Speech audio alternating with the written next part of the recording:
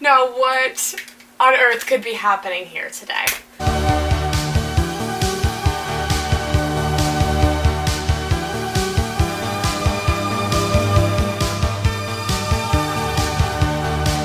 Alright, so I'm aware that, only 2 people asked for this video, and I'm aware that only 2 people care about Queen's Gambit content from me, but it's been a while since I've done one of these videos, and I thought it was only fair to myself for the 3rd installment of Every Blank Moment in Blank by Blank to be Beth and Benny from the Queen's Gambit, because frankly there has not been a ship that I am as obsessed with and invested in than Beth and Benny since Boreal, and before that, ready? Hence, welcome to Every Beth and Benny Moment in the Queen's Gambit by Walter Tevis, because I would give up my heart and soul for this couple. If you have not seen the Queen's Gambit on Netflix, I've seen it 4 times, and it came out in, November. What's your excuse? So I read this book about a month ago. I listened to the audiobook, and then I ordered a physical paperback copy, and over the past couple days, I have gone through, and I have highlighted every Beth and Benny moment in The Queen's Gambit by Walter Tevis, and I thought we would go through them today like we have in previous videos. These 2 previous videos are my most popular videos on my channel. The Ready one is the one that really jump-started my channel and brought in 75% of my subscribers. I'm aware that this installment is not going to be to that degree, but if you watch this anyway and you love The Queen's Gambit, or this inspires you to watch The Queen's Gambit, that makes me happy. So this is very self-indulgent. I wanted to make this video, and you know what? It's my channel. So if I want to make a video, I'm gonna do it. So without further ado, I think that this is going to be a lot shorter than the 2 previous installments because those 2 were much longer books with a lot more stuff. These, I feel like there are a lot less instances. It's very similar to the show with a few differences, and so I thought, but there are more things to talk about and sort of assess, whereas in the Ready and Boreal videos, a lot of them I was just sort of reading them. It was more of a catalog of everything, whereas this I feel like I'm going to do a bit more of an analysis on a lot of the sections because I think they're so complex and interesting, and I love them so much. So let's just jump right into it. So my page numbers will be from this copy. I do not know if the page count varies per the other paperback copies. I'm sure it varies for digital versions because formatting is different, but this is what mine looks like. It's not the TV show tie-in cover one, but it does have this little poster on the cover, so it is a recent reprint of the original. This book came out in 1983, so take that as you will. Takes place in the 60s. Quick little plot summary. If you are unfamiliar with The Queen's Gambit, it's about this woman named Beth, and it goes through her life from when she's 8 to when she's in her mid-20s, because she's a chess prodigy, and it's about her becoming the world champion of chess. It's riveting, it's incredible. The show was my favorite show of last year. It's one of my favorite shows ever. I love it. So, okay. Page 85. When she walked in, she saw a strange man slouched on a sofa with black-booted feet resting on a coffee table. And the rook comes to the 7th rank, he was saying. Bone in the throat. Man, that rook there. He took one look at it and paid up. He leaned his head against the back of the sofa and laughed loudly in a deep baritone. $20. Since it was early, there were only half a dozen people in the room, and no one was at the long rows of tables with paper chessboards on them. Everyone was listening to the man talking. He was about 25 and looked like a pirate. He wore dirty jeans, a black turtleneck, and a black wool cap pulled down to his heavy eyebrows. He had a thick black mustache. Put a pin in that. And clearly needed a shave. The backs of his hands were tanned and scraped looking. The head had fallen off the black king at some time or another. It was held on with a piece of gritty adhesive tape. I'll show you, the man said, sliding the board over. Beth was now standing next to him. She was the only girl in the room. The man reached down to the board and with surprising delicacy picked up the white king pawn with his fingertips and dropped it lightly on king 4. Beth was familiar with these moves, but she had never quite seen them played. She expected the man to move the white queen's knight next, and he did. He played black's king knight to bishop 3 and brought white's other knight out. Beth remembered the move. Looking at it now, it seemed tame. She found herself speaking up. "I'd take the knight," she said quietly.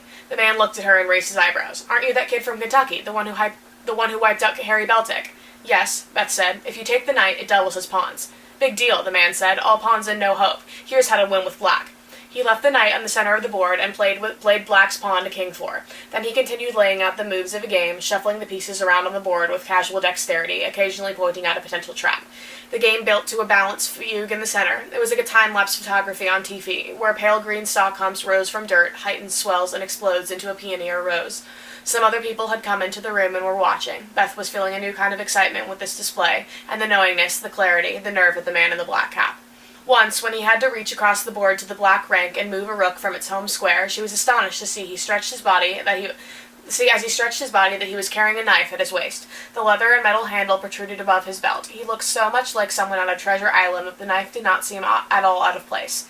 Just then he paused in his moving and said, "Now watch this," and brought the black rook up to its king 5 square, setting it down with a muted flourish. He folded his arms across his chest. "What does white do here?" he asked, looking around him. Beth considered the board. There were pitfalls all over for white. One of the men watching spoke up. "Queen takes pawn." The man in the cap shook his head, smiling. "Rook to king 8 check, and the queen falls." Beth had seen that. It looked to be all over for the white pieces, and she started to say so when another man spoke up. It was a dazzling game, like some of the best Beth had learned from the books. The man stood up, took off his cap, and stretched. He looked down at Beth for a moment. Rejevsky was playing like that when he was your age, little girl. Younger. Okay, so let's chat. So first of all, Sis was very thrown off when I first got to this part and it said thick black mustache, because he does in fact have blonde hair. It says later he has blonde hair, so I don't know what that's about. A bit weird.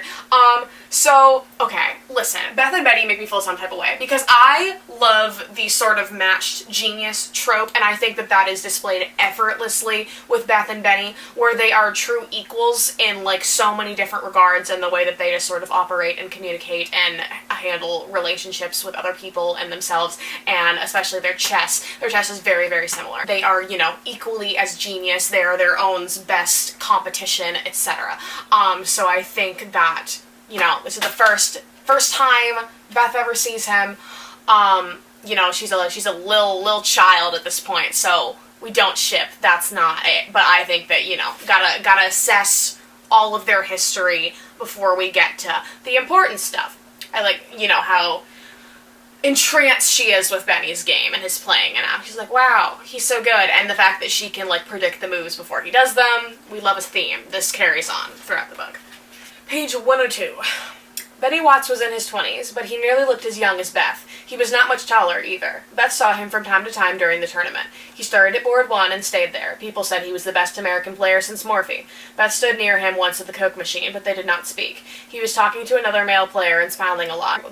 They were amiably debating the virtues of semi-Slav defense. Beth had made a study of the semi-Slav a few days ago, and she had a good deal to say about it, but she remained silent, got her Coke, and walked away.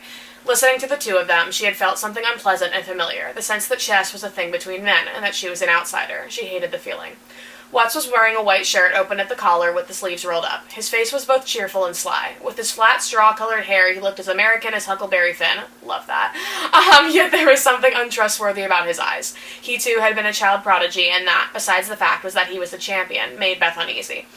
She remembered a Watts game book with a draw against sportsmen and a caption reading Copenhagen 1948. That meant Benny had been 8 years old, the age Beth was when she started playing Mr. Scheibel in the basement. In the middle of that book was a photograph of him at 13, standing solemnly at a long table facing a group of uniformed midshipmen seated at chessboards he had played against the 23-man team at Annapolis without losing a game. When she came back with her empty Coke bottle, he was still standing by the machine. He looked at her. "Hey," he said pleasantly, "you're Beth Harmon." She put the bottle in the case. "Yes. I saw the piece in Life," he said. The game they printed was a pretty one. It was the game she'd won against Beltic. "Thanks," she said. "I'm Betty Watts." "I know.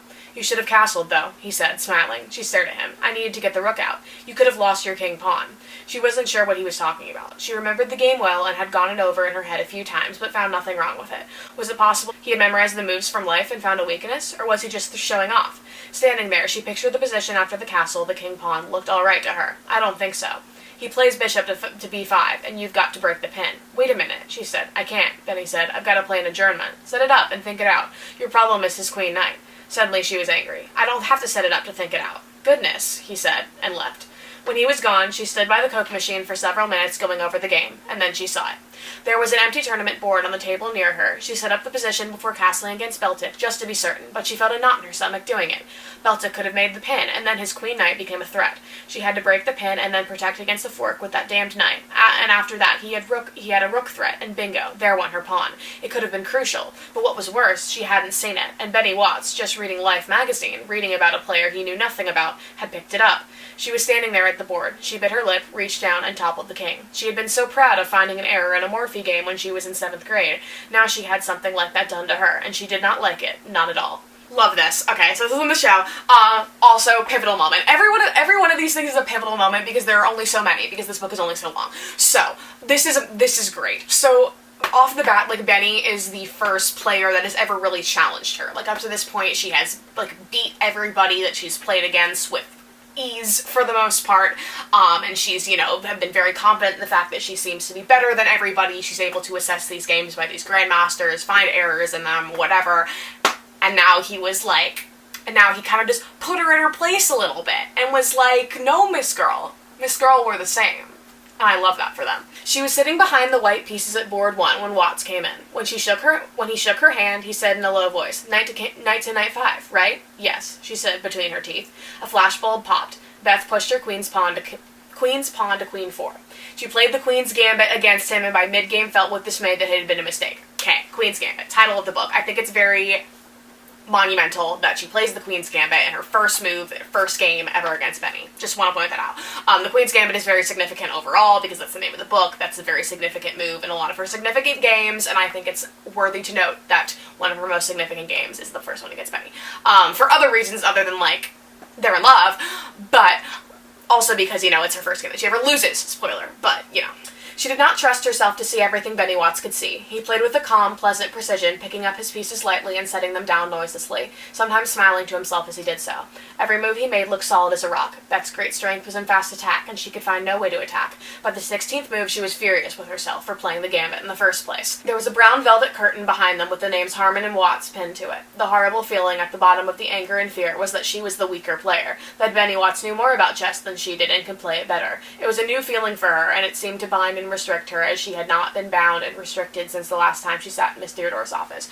We love to see it. I think that this, builds their relationship so much, and I think that, her other romantic excursions in this book, being with, Tim and Beltic, was that they weren't people who challenged her at all. She still felt very above them, and I think having somebody that challenged her was very new for her. Beth turned back to the board and looked briefly at Benny. He smiled at her serenely, as though he were offering her a drink rather than a head-splitting chess position. Love that line.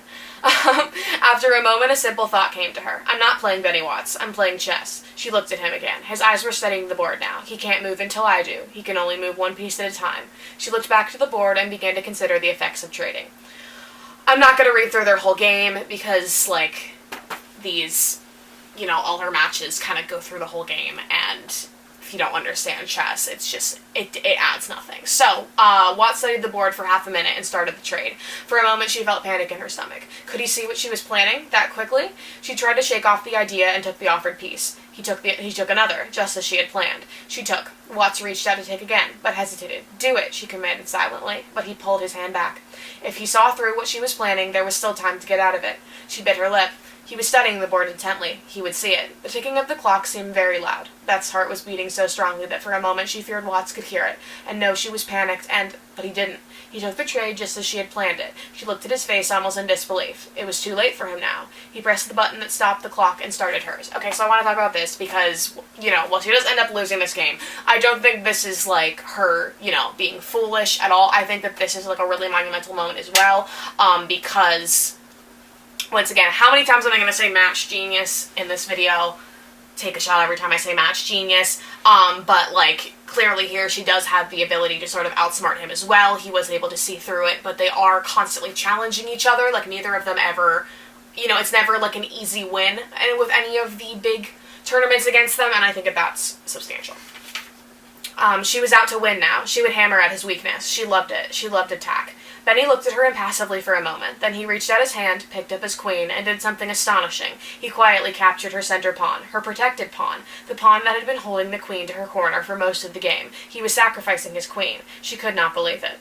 All she had really needed was a draw, and she hadn't been able to get even that. Benny had drawn twice already in the tournament. She had gone into the game with a perfect score, and a draw would have given her the title, but she had gone for the win.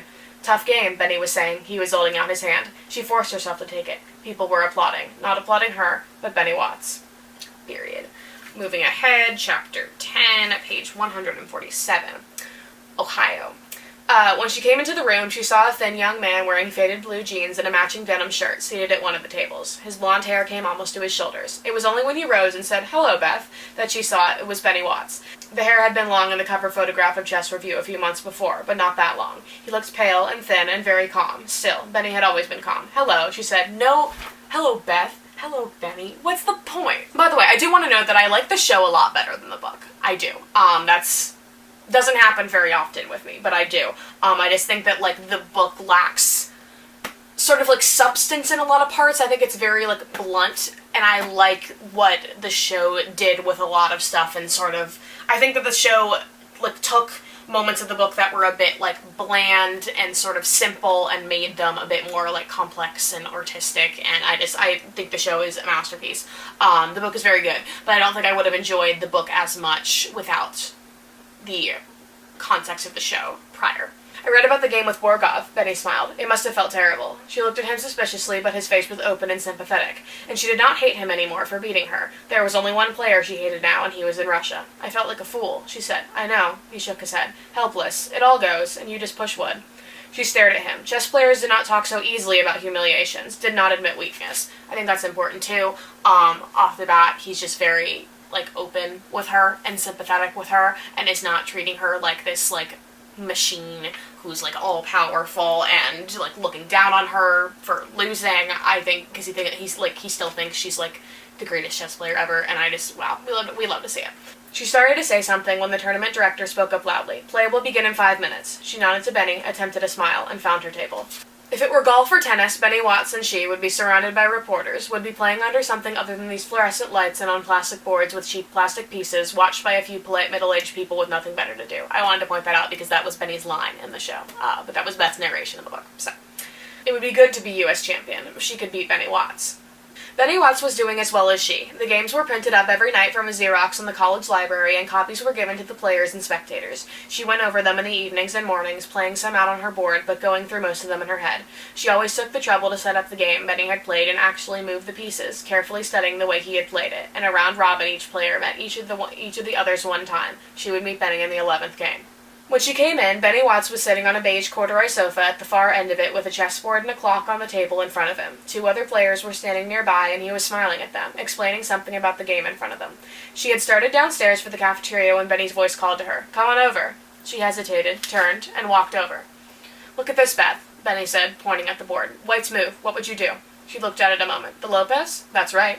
She was a little irritated. She wanted a cup of coffee. The position was delicate, and it took concentration.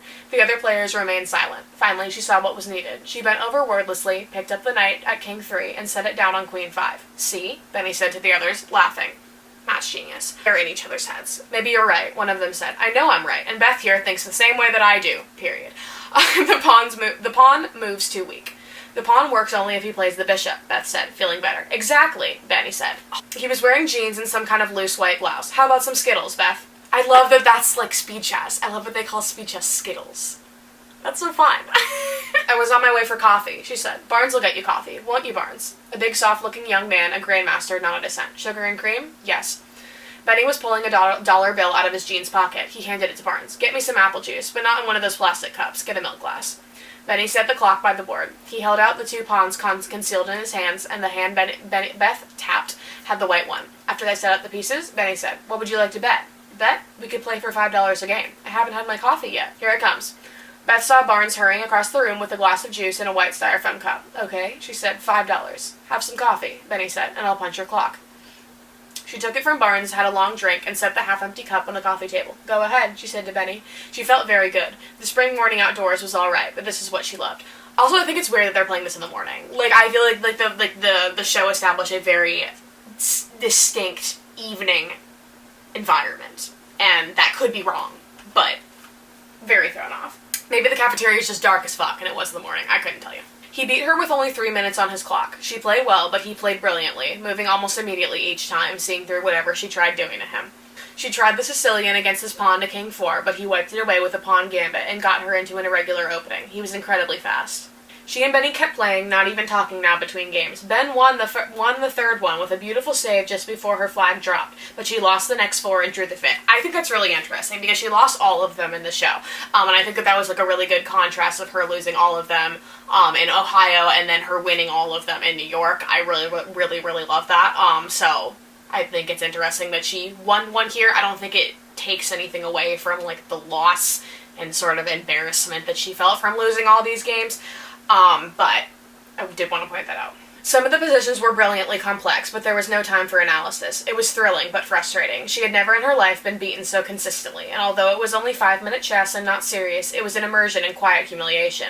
She had never felt like this before. She played beautifully, followed the game with precision, and responded accurately to every threat, mounted powerful threats to her own, but it meant nothing. Benny seemed to have some resource beyond her understanding, and he won game after game from her. She felt helpless, and inside her there grew quite a sense of outrage. So I do want to talk about the fact that speed chess represents their relationship. So it's because, it's like she's been very familiar with standard chess her whole life. She gets really, introduced to playing speed chess with Benny, and speed chess is definitely a metaphor for their relationship because it's sort of different, it's unfamiliar for her. It doesn't come as easily to her. It's fiery, it's quick-witted, I love it. The chess metaphors in this book are brilliant, and there are so many of them for so many different things, but I love the way that speed chess represents her and Benny as a whole, and yeah. Finally, she gave him her last $5. It was 5:30 in the afternoon. A row of empty styrofoam cups sat by the board. When she got up to leave, there was applause, and Benny shook her hand. She wanted to hit him, but said nothing. Iconic. As she was leaving, the man she had played the first of the week, Philip Resness, stopped her. "I wouldn't worry about it," he said. "Benny plays speed chess as well as anyone in the world. It doesn't really mean a lot."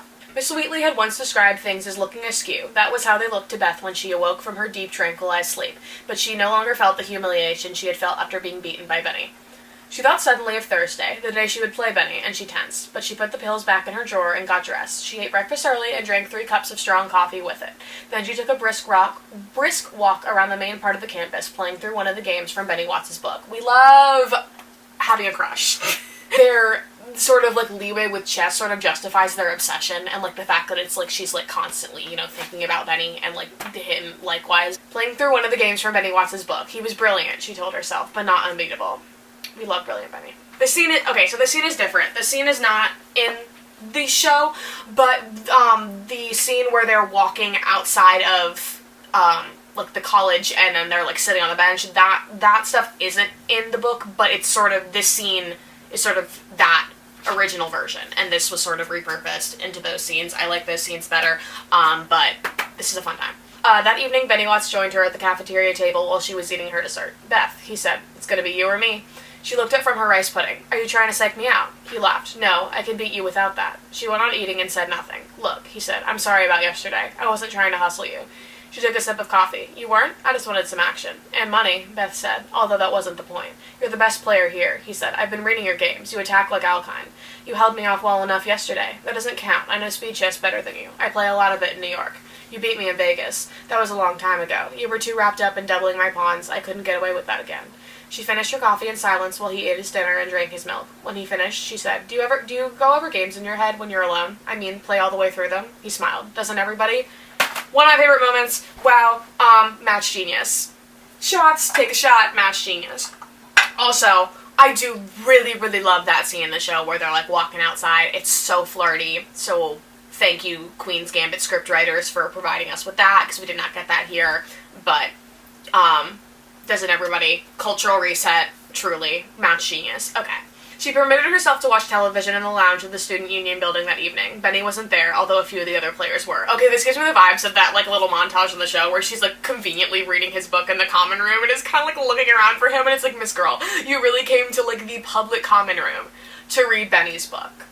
You are... It's just, I love the pettiness from both of them, and just the fact that they're so stubborn, and it's beautiful. She took the endgame book from the collection on the desk and began studying. Benny was alright. It had been nice of him to talk to her that way, and she had gotten used to his hair by now. She liked it long, the way it was. He had really very good-looking hair. Miss Girl speaks the truth. Okay. She won Tuesday's game and Wednesday's. Benny was still playing when she finished on Wednesday, and she walked over to his table, and he made the word silently with his mouth, tomorrow. I love that. That's so cute. Then a few pills and off to bed, but she couldn't. She had to be clear in the morning, had to be ready for the game against Benny Watts at 1 o'clock. I love how it's, like, nonchalant she is about the other games, about being, like knowing she can beat them, and, like, being so, not necessarily careless, but, like, she knows that she is the best player. Like, she knows that she's the best and she's gonna beat them, and I just love how threatened she is by Benny. I think it's beautiful. I think it adds so much to her character development, like, having some, like, genuine competition as somebody who is, like, so equal with her, and then who ends up really, really caring about her, and they, like, I think it's so beautiful. I love it. Also noting, she and Benny were the only players who would come this far without even a draw. Match genius. We love to see it. Okay. 154. Benny came in a minute after she did. There was whispering when he arrived at the table and sat down. She looked over at the crowd, and a thought that had been present in her mind suddenly solidified herself. The two of them were the best players in America. Period. Benny was wearing his faded denim shirt with a silver medallion on the chain. His sleeves were rolled up like a laborer's. He was not smiling, and he looked a good deal older than 24. I also want to note that he's 24. In the show, he was 28. In New York, in the New York section, apparently, but then Beth was, like, 20 in the New York section, so he was 8 years older than her. So if he were 24, then I think she's, like, 18 or 19 here. Which is just, she's definitely an adult at this point. I'm pretty sure she was still underage with Beltic. Yikes. 60s are gonna be 60s, but, you know. But yeah, I think it's interesting, because I'm pretty sure he was, like, 27 or 28 in the latter half of the show. So, he glanced briefly at the crowd, nodded almost impersonally to Beth, and stared at the board as the tournament director signaled for the games to begin.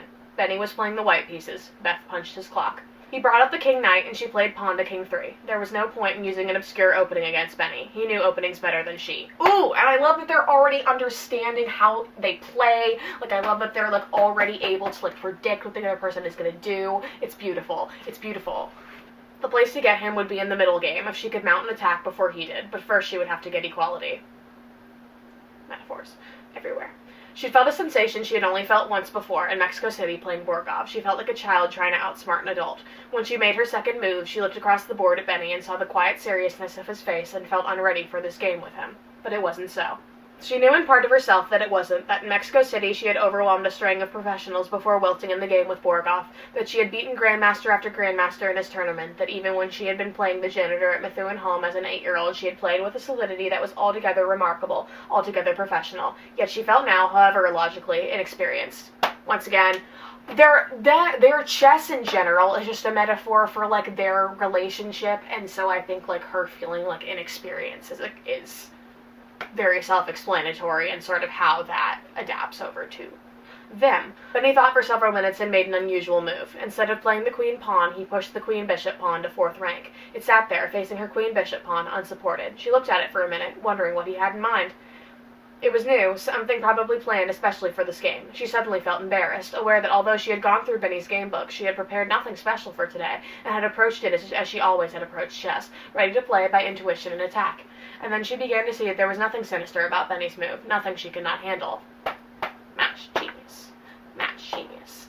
Because he beats her in Vegas, then he beats her in speed chess. She beats him in Ohio, beats her in speed chess. It's just... parallel lines. Beautiful. But he did not bring out his knight. Instead, he took hers. Clearly, he didn't want the doubled pawn. She let that sink in a moment before retaking. It was astounding. He was already on the defensive. A few minutes before, she had felt like an amateur, and here Benny Watts had tried to confuse her on the 3rd move, and had put himself in trouble. With an early queen trade, castling would be irrelevant. She could bring the king out the way you did in the endgame. She looked across at Benny again and saw that he was wondering why she was taking so long with this routine recapture. Somehow he looked smaller to her. What the hell, she thought again, and took with the queen pawn, exposing her queen. Benny did not hesitate. He took her queen with his and punched the clock smartly. He did not even say check. It was a beautiful day, with fresh leaves on the trees and an impeccably blue sky. She felt herself expand, relax, open up. She was going to beat him. She was going to beat him soundly. Benny made a few moves, bringing his king out in the hopeless attempt to take off her pawns before she took away his, but even his arm as it moved, As it moved, the king was listless, and when she took his queen bishop pawn, he reached out and toppled his king. There was silence, and then quiet applause. She had won in 30 moves. And as they were leaving the room, Benny said to her, "I never thought you'd let me trade queens." "I didn't either," she said. Period. Chapter 11. I also, listen, this is me being a conspiracy theorist, but they played game 11 in the tournament, and then chapter 11 is their scene at the bar, where, like, their first little romantic altercation happens, and I just want to point that out, because I'm a conspiracy theorist. After the ceremony Saturday evening, Benny took her to a bar in town. They sat in a black booth, and Beth drank her first beer and ordered another. They both tasted delicious. "Easy," Benny said. "Easy." He had not finished his first. "You're right," she said, and slowed down. She felt high enough already. No losses, no draws. Her last two opponents had offered draws in mid-game, and she had refused. "A perfect score," Benny said. "It feels good," she said, meaning the victory, but the beer felt good, too. She looked at him more closely. "I appreciate the way you're taking it." "A mask," he said. "I'm raging inwardly. It doesn't show.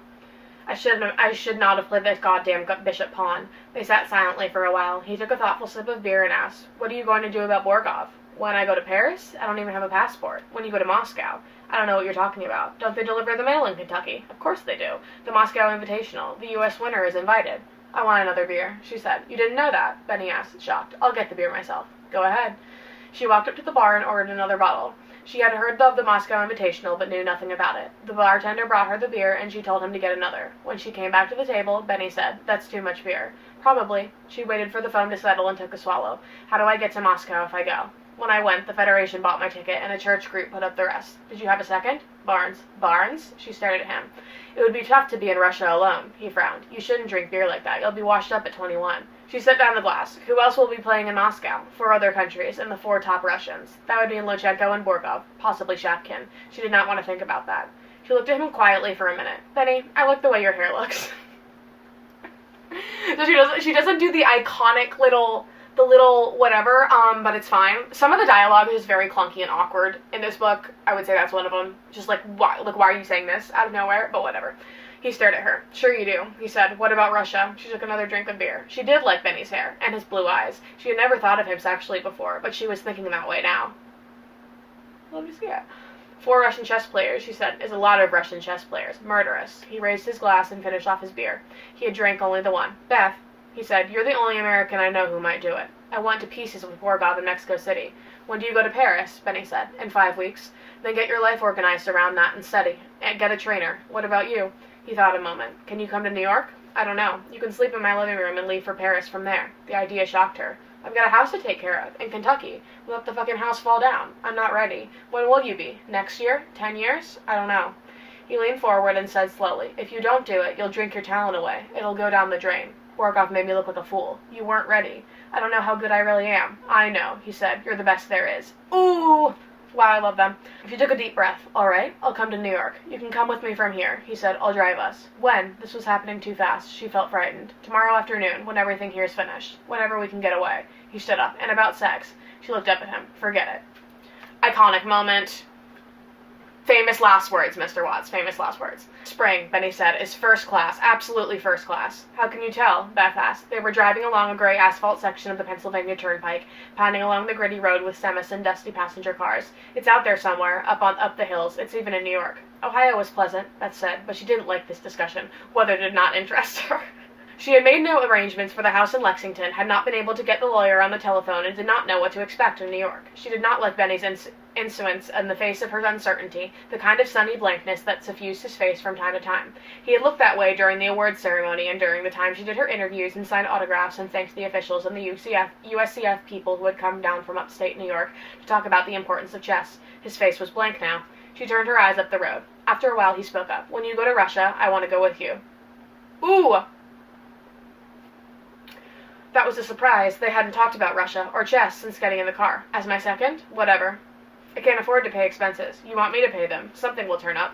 Well, you were interviewed by that magazine. I talked to Johansson. He said there wouldn't be any Federation money for seconds." "I'm only thinking about Paris," she said. "I haven't decided to go to Moscow yet. You'll go.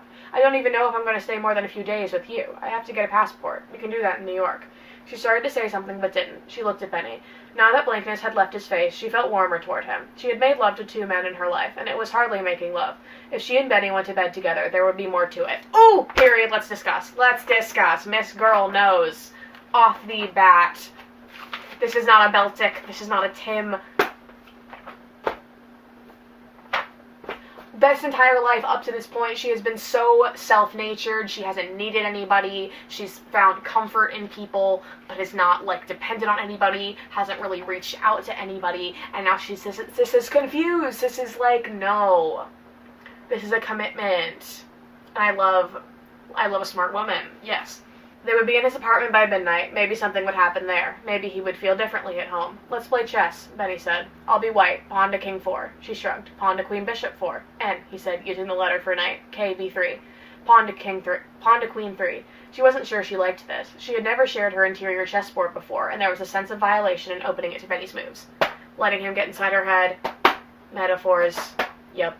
They drove in silence for a few miles. Beth watched the gray steel divider that separated them from the oncoming lanes. Then, as they were coming up to a tunnel, Benny said, You were right about the knight on b3. I'll put it there. She hesitated a moment before speaking. Okay, I'll take the knight. She could hear the sullenness in her voice. King takes, Benny said, relaxing now at the wheel. Pennsylvania rolled by. Beth forced him to resign on the 27th move and felt somewhat better for it. She had always liked the Sicilian. Sicilian! Do we remember? Important mention of the Sicilian in a Beth and Benny scene. Make a pin in that. Put a pin in that. There's room in the closet, Benny shouted from the bedroom. You can hang up what you want to. Okay, she said. Back on the turnpike, she thought they might make love when they got here. Now she wanted only to sleep. And what was she supposed to sleep on? I thought I was going to get a sofa, she said. He came into the doorway. I said living room. He went back into the bedroom and returned with a bulky-looking thing and some kind of pump. He flipped it out in the middle of the floor and began pedaling the pump with his foot, and after a while it puffed up and became an air mattress. I'll get sheets, Benny said. He brought them out of the bedroom. I'll do it, she said, and took them from him. She didn't like the looks of the mattress, but she knew where her pills were. She could get them out after he fell asleep, if she needed to. There would be nothing to drink in his apartment. Benny had not said so, but she knew. They're already on the same wavelength. They already do be thinking on the same wavelength. One blind was open, and she could see the cab of a big truck as close as Benny was, and beyond it taxis weaving past. A dog barked intermittently. Benny turned and came over to her. He was holding out a big cardboard cup to her. Chock full of nuts, the cup read. Something seemed very strange about this. No one had ever given her anything in the morning. Certainly not Mrs. Wheatley, who was never up before Beth had eaten her breakfast. She took the plastic top off and tasted the coffee. Thanks, she said. Cute. I love that, of the no one had ever given her anything in the morning, certainly not Mrs. Wheatley, who was never up before. Like, I love that. She's just like, she feels, like, cared for, and she's, like, surprised, because she's not used to that, and that makes me very sad, and wow. They got sandwiches from a deli for lunch and ate them over the board. Supper came from a Chinese takeout on First Avenue. Benny would not let her play quickly through the openings. He stopped her whenever a move was at all obscure and asked her why she did it. He made her analyze everything out of the ordinary. Sometimes he would physically stop her hand from moving a piece to ask questions. Why not advance the knight? Or, why isn't he defending against the rook? Or, what's going to become of the backward pawn? It was rigorous and intense, and he did not let up. She had been aware of such questions for years, but had never allowed herself to pursue them with this kind of rigor. He's a genius. We love to see it. And he knows that, like, she has even more capability than she has presented up to this point, and I just think that's amazing. Like, wow. Oh, because I feel like, because it's like, you know, there are so many other players in the sense who would have been like, no, like, she's fine. She can go do it, and he's like, you're brilliant, but you still have untapped brilliance, and you need to be the best you can be, because you're, like, wow. Often her mind would be racing with the attack possibilities inherent in the positions that developed in front of her, wanting to push Luchenko or Mecking or Serzniak into lightning attacks against Borgov, when Benny stopped her with a question about defense or opening the light or dark squares or contesting a file with a rook, and it infuriated her sometimes, yet she could see the rightness of his questions. But she had not always been bored by ordinary chess, even when it was played by grandmasters, bored in the way that she was bored by Reuben Fine's endgame analyses and the counter-analyses in place like Chess Review that pointed out errors in Reuben Fine. She had never done anything like what Benny was making her do now. An enormous power of thought might be implicit in a single white pawn move, say opening up a long-range threat that can become manifest only in half a dozen moves, but black would foresee the threat and find the move that canceled it out, and the brilliancy would be aborted. It was frustrating and anticlimactic, yet, because Benny forced her to stop and see what was going on, fascinating. They kept it up for 6 days, leaving the apartment only when necessary, and once on a Wednesday night going to a movie. We love a date! We love a date! That's so cute! Benny did not own a TV or a stereo. His apartment was for eating, sleeping, and chess. They played through the Hastings booklet and the Russian one, not missing a game except for the Grandmaster draws. They did remarkably little talking during the first week. Nothing sexual happened. Beth had not forgotten about it, but she was too busy going over chess games. When they finished, sometimes at midnight, she would sit for a while on a pillow on the floor, or take a walk to the 2nd or 3rd Avenue and get an ice cream or a Hershey bar and a deli. She went into none of the bars, and she seldom stayed out long. New York could be grim and dangerous looking at night, but that wasn't the reason. She was too tired to do more than go back to the apartment, pump up her mattress, and go to sleep. Sometimes being with Benny was like being with no one at all. For hours at a time, he would be completely impersonal. Something in her responded to that when she became impersonal and cool herself, communicating nothing but chess. But sometimes it would change. Once when she was studying an especially complex position between 2 Russians, a position that ended in a draw, she saw something, followed it, and cried out, "Look at this, Benny," and started moving the pieces around. He missed one. Black has this with the knight, and she showed a way for the black player to win. And Benny, smiling broadly, came over to where she was sitting at the board and hugged her around the shoulders. Most of the time, chess was the only language between them. One afternoon, when they had spent 3 or 4 hours on endgame analysis, she said wearily, "Don't you get bored sometimes?" And he looked at her blankly. "What else is there?" he said. That's one of my favorite sections in the whole book. I think there's so much to unpack here. So I like, first of all, off the bat, where she's like talking about sort of like being with him is like not being with anyone at all, and how they're both very impersonal. I think that's really substantial because like Beth specifically has always been the kind of character who's just been like, I don't need anybody in my life, and she's like, oh, well, like, chess is the most important thing, but I think it's notable that she points out that it's like Benny is like it's like very easy for her to coexist with Benny because they're able to sort of disconnect themselves, and they sort of share the same values with chess and whatever in that way. Love that little moment. That was in the show too, where she was like, look, no, what else is there? Ooh, I think it's so monumental, the fact that like chess is both their number one priority. There's nothing they love more than chess, and for that reason they can love each other. "Our new champ," Leverdov said, giving her a little bow. He was in his 30s and balding. "Hi," Beth said. She stood up from the table. "Congratulations," Wexler said. Benny needed a lesson in humility. "I'm already tops in humility," Benny said. The woman held out her hand. "Nice to meet you." It felt strange to Beth to have all these people in Benny's small living room. It seemed as though she had lived half her life in this apartment with him, studying chess games, and it was outrageous for anyone else to be there. She had been in New York 9 days. Beth suddenly thought of something. "Let's do speed chess." "It gives us an edge," Benny said. "We can think on your time." "I want to try it." "No good." Benny's tone was severe. "You're not very good at speed chess anyway, remember?" Something in her responded strongly to what he was not saying. I'll bet you 10 I beat you."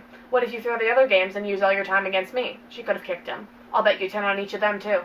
Benny shrugged. "Okay, it's your money. Let's put all 3 boards on the floor. I'll sit in the middle." They did it, using 3 clocks. Beth had been very sharp for the past several days, and she played with unhesitating precision, attacking on all the boards at once. She beat the 3 of them with time to spare. When it was over, Benny didn't say anything. He went to the bedroom, got his billfold, took 3 tens out of it, and handed them to Beth.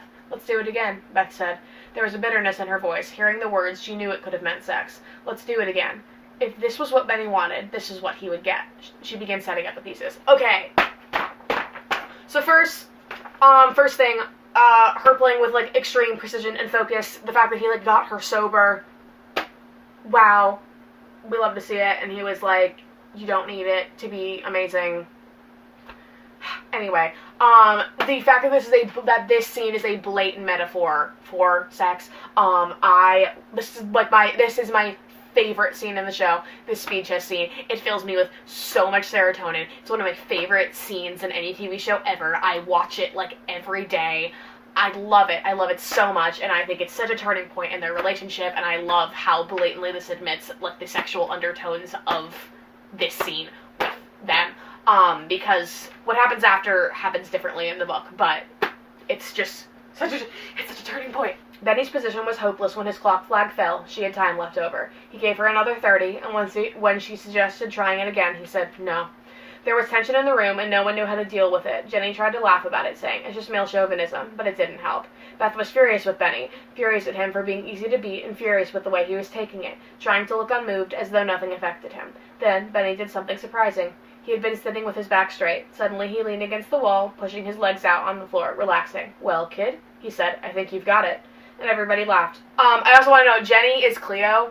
Jenny, like, her character is only in this one scene. All the Paris stuff doesn't happen, where, like, Cleo was in Paris, and, like, she actually doesn't even get hungover or anything for her meet in Paris. I really didn't like that, like, reading. I think that, like, the Paris match is so substantial in the show, because it's kind of, like, her rock bottom, and although she still loses in Paris in the book, I think it's really important for, like, her recovery, for, like, her alcoholism, and, like, taking the pills and stuff, for her to have, like, lost, like, the most important game of her life because of that, and not having that, I think, like, takes away a lot of the weight of Moscow, but also then it's, like, that whole conversation about Benny and, like, Towns doesn't happen with Cleo, but then there's another sort of inner monologue of Beth later on that I think sort of serves as that and is actually, like, better in some regards, so we'll get to that.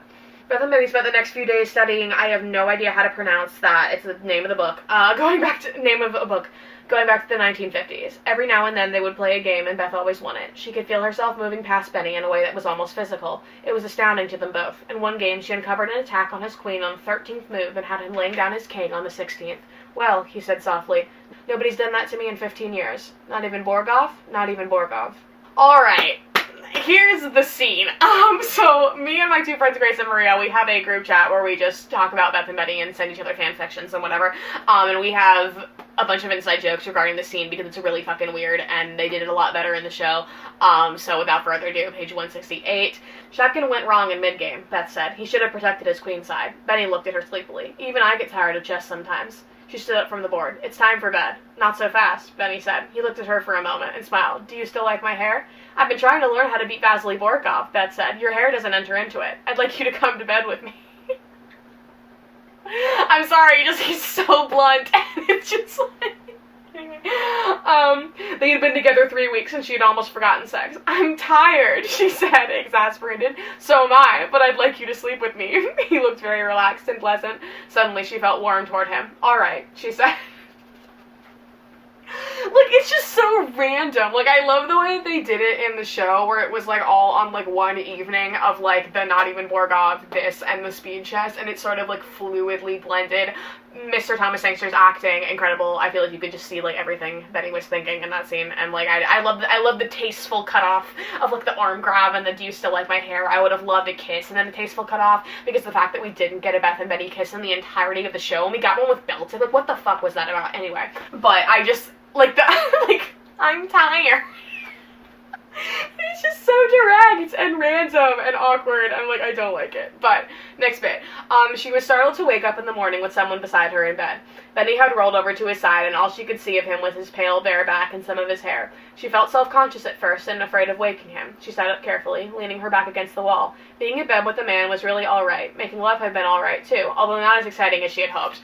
I also have a bone to pick with this, because obviously, like, they go more into sort of the rest of her time in New York and, like, whatever. But, like, I do have a bone to pick with this, because I think that this scene, after the little tasteful cut to in episode 6, is, like, very, very important for so many reasons, because first of all, she has the so that's what it's supposed to feel like line. Love that, because it's like, you know, it's just sort of, she's just had this sort of view on, like, sex and love and stuff in the past with, like, her past experiences, and I like that it's, like, this was not, like, something new to her, but it was something that she realized that, like, she could also, like, enjoy, if that makes any sense, and it was also, like, she wasn't just, you know, whatever, and so I think, like, that's such a good line, and then, like, when he starts talking about chess, when he's like, okay, you should play the Sicilian, which that was my little Sicilian pin, so, and then she's, like, actually, like, genuinely, like, disappointed and, like, mad, because she's like, you, like, actually impressed me, and now you ruined it, and, like, we still sort of have that feeling and that vibe going forward in this chapter, but it's not the same. So yes. Benny hadn't said much. He was gentle and easy with her, but there was still that distance of his. She remembered a phrase from the first man she had made love with. Too cerebral. She turned toward Benny. His skin did look good in the light. It seemed almost luminous. For a moment she felt like putting her arms around him and hugging him with her naked body, but she restrained herself. Eventually Benny woke, rolled over on his back, and blinked at her. She still had the sheet up, covering her breast. After a moment, she said, "Good morning." He blinked again. "You shouldn't try the Sicilian against Borgov," he said. "He's just too good at it." And see, okay, so he does have that line. Then it just skips to the next scene, so, like, she doesn't have any sort of response to that, but also he said you shouldn't try the Sicilian. And the show, he said you should play the Sicilian. Because, like, he wouldn't be expecting it. I don't know. It's very strange. They spent the morning with 2 Lutsenko games. Benny put the emphasis on strategy rather than tactics. He was in a cheerful mood, but Beth felt somehow resentful. She wanted something more in the way of lovemaking, or at least in intimacy, and Benny was lecturing her. I think that's also important because it's like she's, so this is what I'm saying, where it's like the feeling of that sort of, the scene in the show, I think is sort of communicated here, where she's like actually like disappointed with the way that it's like he seems to like not like genuinely like care about her in that sense, where it was just sort of like sex and whatever. So I think it's like, I think that this is like a turning point for her when she's like, oh no, like I actually kind of like him. And of course, like we don't see Benny's perspective because the story's from Beth's, but so now this is just her being annoyed with him for a while. And so they go to a poker game. This was not in the show, but they go to a poker game, and she's like all annoyed with him because he like didn't tell her about the poker game. Benny seemed to have his mind on something he wasn't interested in talking about, and they walked in silence. She was beginning to feel angry again. She hadn't come to New York for this, and she was annoyed at Benny's way of offering no explanations and no advance notice. His behavior was like his chess game, smooth and easy on the surface, but tricky and infuriating beneath. He came in sometime during the middle of the night. She woke when he got into bed. She was glad he was back, but she didn't want to make love with him. Fortunately, he wasn't interested either. They made love in the morning, and she did not enjoy it much. She knew she was still angry with him for the poker game, not for the game itself, but for the way he had used it just when they had become lovers. When they were finished, he sat up in bed and looked at her for a minute. "You're pissed at me, aren't you?" "Yes." "The poker game? The way you didn't tell me about it." He nodded. "I'm sorry. I do keep my distance." She was relieved that he had said it. "I suppose I do too," she said. "I've noticed." They're the same in every regard, they're the same, they're so compatible because they're the same. When it was over, he shook his head wryly and said, "I needed that 600. "Maybe so," she said, "but your timing was bad. It doesn't play to cross with you, does it?" "Do you want to play another?" Benny shrugged and turned away. Save it for Borgov. But she could see that he would have played her if he had thought he could win. She felt a whole lot better. They continued as lovers and did not play any more games, except from the books. He went out a few days later for another poker game and came back with 200 in winnings, and they had one of their best times in bed together, with the money beside them on the night table. She was fond of him, but that was all. And by the last week before Paris, she was beginning to feel like he had little left to teach her. So I think like this is sort of where they derived that moment with Cleo, where she was like, "Do you love Benny?" And she was like, "No."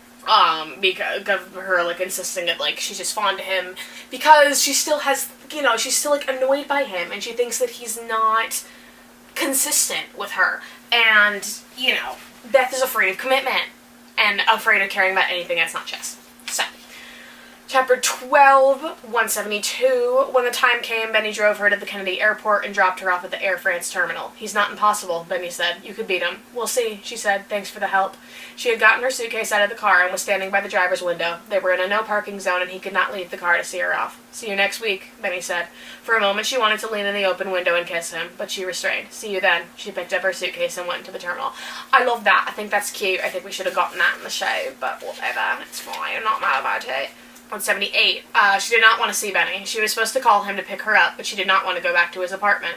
It had been 8 weeks since she left her house in Lexington. She would go back and lick her wounds for a while. Her third prize money from Paris had been surprisingly good. She could afford a quick round trip to Lexington, and there were still papers to sign with her lawyer. She would stay a week and then come back and go on studying with Benny. But what else had she had to learn from him? Remembering for a moment all the work she had done readying herself for Paris, she felt sick again. With an effort, she shook it off. The main thing was to get ready for Moscow. There was still time. She called Benny from the Kennedy airport and told him she had lost the final game, that Borgov had outplayed her. Benny was sympathetic but a little distant, and when she told him she was going to Kentucky for a while, he sounded irritated. "Don't quit," he said. "One lost game doesn't prove anything." "I'm not quitting," she said. I like their conversation a lot better in the show. I think it's a lot more empathetic. I don't know. 182. She needed a library as good as Benny's. Better. Thinking of this, she finally realized angrily that she could go back to New York and forget all this confusion and continue with Benny from where she had left off. But what could Benny teach her now? What could any American teach her? She had moved past them all. She was on her own. She would have to bridge the gap herself that separated American chess from Russian. I think this is really pivotal because we don't really have this conversation in the show. That I think, like a lot of it is sort of that she has done the best that she could do in the U.S., and so that's kind of why she has like disconnected herself from like all of like Beltic and Benny and the twins and Towns and like all of these people who sort of were there for her chess upbringing, because she feels like she's done everything, like she it's like she trained with Benny, like he was like the best of the best, that were available to her, and like that wasn't good enough. And so I think that that's also sort of why she separates herself, because she's like convinced that like she has to do this alone. It wasn't until her third week of drinking that she went through the pile of magazines that had come while she was in New York, and she found the Newsweek with her picture on it. They had given her a full page under sport. The picture showed her playing Benny, and she remembered the moment it was taken during the game's opening. The position of the pieces on the display board was visible in the photograph, and she saw that her memory was right. She had just made her fourth move. Benny looked thoughtful and distant, as usual. She almost threw the letter away until she remembered Benny saying that he had been given money for his Russian trip by a church group. She had Benny's phone number on a folded piece of paper in her chest cloth box. She got it out and dialed. Benny answered after the third ring. "Hi," she said. "It's Beth." Benny was a bit cool, but when she told him about the letter, he said at once, "Take it. They're loaded. Would they pay for my ticket to Russia? More than that. If you ask them, they'll send me over with you. Separate rooms, considering their views." "Why would they pay so much money? They want us to beat the communists for Jesus. They're the ones who paid part of my way 2 years ago." He paused. "Are you coming back to New York?" His voice was carefully neutral. "I need to stay in Kentucky a while longer. I'm working out in a gym, and I've entered a tournament in California." "Sure," Benny said. "Sounds all right to me." She wrote Christian Crusade that afternoon to say that she was very much interested in their offer and would like to take Benjamin Watts with her as a second. So, the fact that, like, Benny was, like, actually supposed to come with her as her second in the book is, like, had me shook, because that was not, like, clear in the show whether that was the case or not. Also, there's no "the I miss you" lines. Like, what was the point? What was the point of any of that? What was the point? Ugh. She planned to play through every Grandmaster game in them, and when she found games that were important, she would memorize them and analyze every move that had consequence or developed any idea that she was not familiar with. In early spring, she might go to New York and play the U.S. Open and get in a few weeks with Benny. Her bank account had been dwindling for the past 6 months. She had hoped to get at most $2,000 from the people in Texas. Whatever crazy ideas they might have, the money was a gift from heaven. She called Benny to tell him the good news. "Best to forget it," Jolene said, "if you can." She pulled up into the left lane and passed a coal truck and 2 campers. Up ahead, a green sign gave the mileage to Mount Sterling. It was spring, almost exactly a year since Beth's last trip in a car with Benny. She got Benny on the phone at the first try. "You're crazy," he said when she told him. "Anyway, I did it," Beth said. "It's too late to undo it." "Are the tickets paid for?" "No," Beth said. "Nothing's paid for. You have to pay in tourists for the hotel in advance." "I know that." Beth did not like Benny's tone. "I've got $2,000 in my bank account. It would be more, but I've been keeping up this house. It's going to take $3,000 more to do it, at least that." "I don't have it," Benny said. "What do you mean? You've got money." I said, "I don't have it."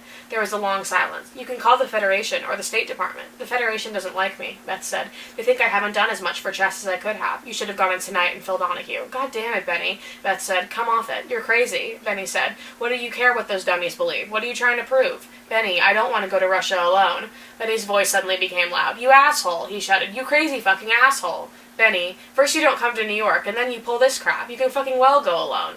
"Maybe I shouldn't have done it." She was beginning to feel a chill inside. "Maybe I didn't have to give them back the check. Maybe's a loser's word." Benny's voice was like ice. "Benny, I'm sorry. I'm hanging up," Benny said. "You were a pain in the ass when I first met you, and you're a pain in the ass right now. I don't want to talk to you anymore." The phone in her hands went click. She put it back in the cradle. She had blown it. She had lost Benny. Oh, sad boy hours. It'll be okay. Okay.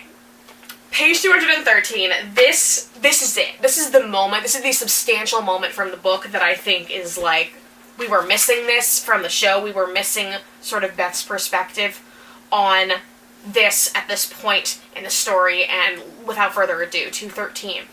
What she wanted was to be traveling with Benny Watts. She hadn't even been able to get a hold of Benny the night before. His line was busy the first 2 times she dialed, and then there was no answer.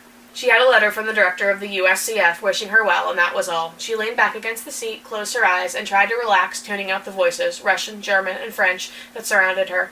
In the pocket of her hand luggage was a bottle with 30 green pills. She had not taken one for over 6 months, but she would have one on this airplane if necessary. It would certainly be better than drinking. She needed to rest. The long wait at the airport had left her nerves jagged. She had tried twice to get to Jolene on the phone, but there was no answer. What she really needed was Benny Watts here with her. If she hadn't been such a fool, giving back that money, taking a stand on something she hadn't really cared about, that wasn't so. It wasn't being an asshole to refuse to be bullied, to call that woman's bluff, but she needed Benny. For a moment she let herself imagine traveling with D.L. Towns, the 2 of them staying together in Moscow, but that was no good. She missed Benny, not Towns.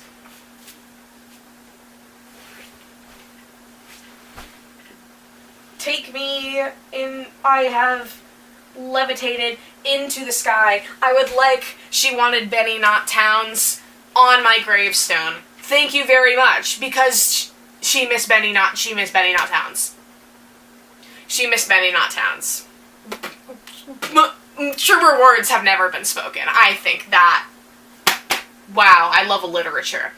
She missed Benny's quick and sober mind, his judgment and tenacity, his knowledge of chess and his knowledge of her. He would be in the seat beside her and they could talk chess, and in Moscow after her games they would analyze the play and then plan for the next opponent. They would eat their meals together in the hotel, the way she had done with Mrs. Wheatley. They could see Moscow, and whenever they wanted to, they could make love at their hotel. But Benny was in New York, and she was in a dark airplane flying toward Eastern Europe. I love that. That's my favorite section of the whole book. I think it's like, I just love that. I feel like we needed something like that from her in the show, because I feel like that Benny's phone call, which we'll get to, has so much affirmation of, like, him sort of, like, confessing his feelings to her, because it's, like, him going against his word, his stubbornness, it's him finally, like, succumbing for somebody other than himself, and doing this very selfless act, paying all this money to make this phone call, calling her when he told her not to call him anymore, helping her win, even though he knew she would have been able to regardless. I just think it's, like, that was, like, so pivotal for them. For anyone who says they're not in-game, episode 7 was for what? The phone call was for what? Okay. But yeah, this is, like, just gave my soul affirmation, because we love soulmates, we love reciprocated. I just love this. And I think that it really represents sort of the regret, that she sort of had towards this whole situation. And, Miss Anya did that very well with her answering the acting of Miss Anya answering the phone when Benny calls, and, oh, there. But she had the white pieces. She must hang on to that advantage for dear life. She would play the Queen's Gambit. Benny and she had discussed that for hours, months before, and finally agreed that that was the way to go if she should get white against him. Once again, playing the Queen's Gambit, important games, something that she discussed with Benny. Like, him with the Queen's Gambit, so beautiful. 236.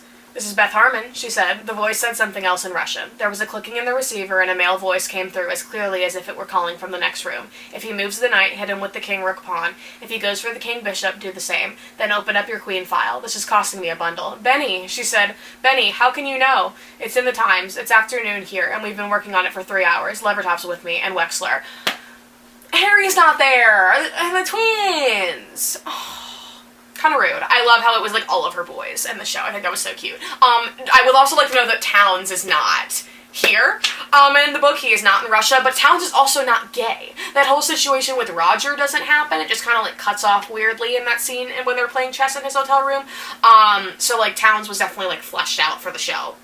For what? I don't know, because, like, she and Benny are clearly, and, like, they literally, like, talked about how they were, like, 'tis not gonna work out.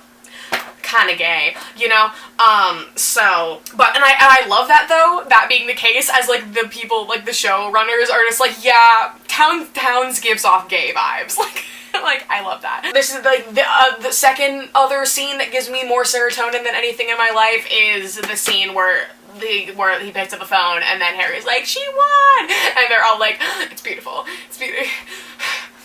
Benny, she said, it's good to hear your voice. He began reciting them. It was complicated, but she had no difficulty seeing the way it worked. That's beautiful, she said. I'll put Benny back on, Levertop said. They went on together, exploring possibilities, following out line after line for almost an hour. Benny was amazing. He had worked out everything. She began to see the ways of crowding Borgoff, finessing Borgoff, deceiving him, tying up his pieces, forcing him to compromise and retreat.